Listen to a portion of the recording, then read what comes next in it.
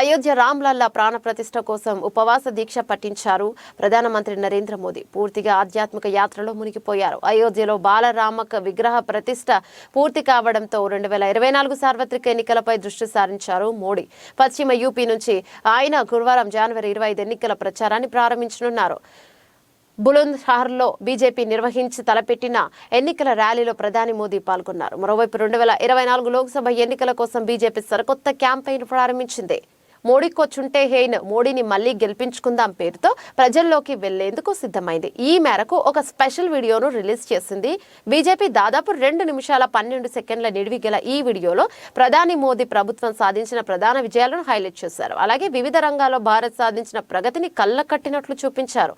మేము చేసేదే నిజం, కలలు కాదు, అందుకే మోడీని మళ్లీ ఎన్నుకుంటారంటూ సాగే ఈ వీడియోలో ఉజ్వల టీబీటీ, ప్రతి ఇంటికి కుళాయి నీరు, ప్రధానమంత్రి Awas Yojana, metro station, Khelo India, digital and UPI payments, స్వయం ఉపాధి రంగాలు, బాలికల విద్య, చంద్రయాన్ 3, ఇస్రో విజయాలు, వివిధ దేశాలతో ద్వైపాక్షిక సంబంధాలు, ఒప్పందాలు, బ్లాక్ మనీ కట్టడి, ఆత్మనిర్భర్ భారత్, యువకులకు స్వయం ఉపాధి అవకాశాలు, జాతీయ రహదారుల నిర్మాణం, ఇలా గత 10 ఏళ్లలో బీజేపీ ప్రభుత్వంలో భారత్ సాధించిన అభివృద్ధిని చూపించారు. ప్రస్తుతం ఈ వీడియో సామాజిక మాధ్యమాల్లో వైరల్ గా మారింది. सुनता भारतीय नारी विश्व पे भारी और थर थर कांपे भ्रष्टाचारी।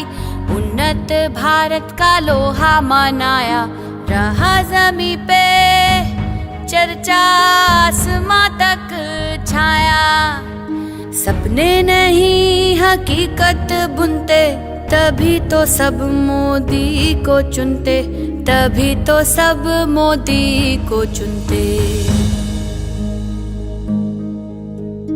हर जवान और हर किसान को भारत के माथे का तिलक बनाया।